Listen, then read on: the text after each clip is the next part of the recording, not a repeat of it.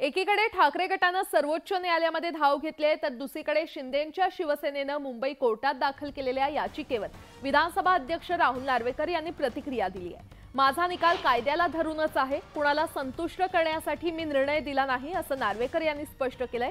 याचिका केली म्हणजे निकाल चुकीचा असं नाही, याकडे देखील त्यांनी लक्ष वेधलं।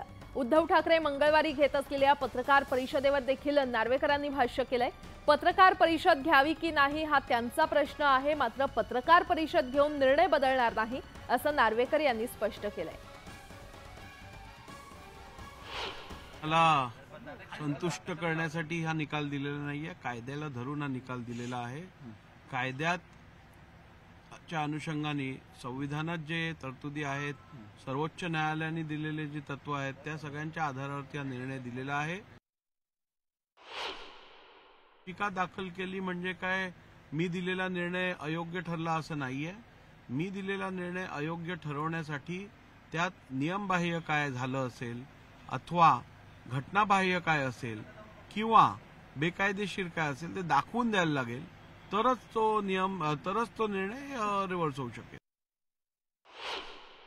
पत्रकार परिषदा घेऊन फॅक्ट्स काय बदलणार नाहीये, वस्तुस्थिती काय बदलणार नाहीये।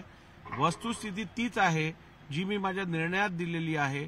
माझ्या निर्णयात काय घटनाबाह्य आहे, काय नियमबाह्य आहे, काय बेकायदेशीर आहे त्याचा तुम्ही उल्लेख करा, ते दाखवा, मग आपल्याला पुढे बोलता येईल।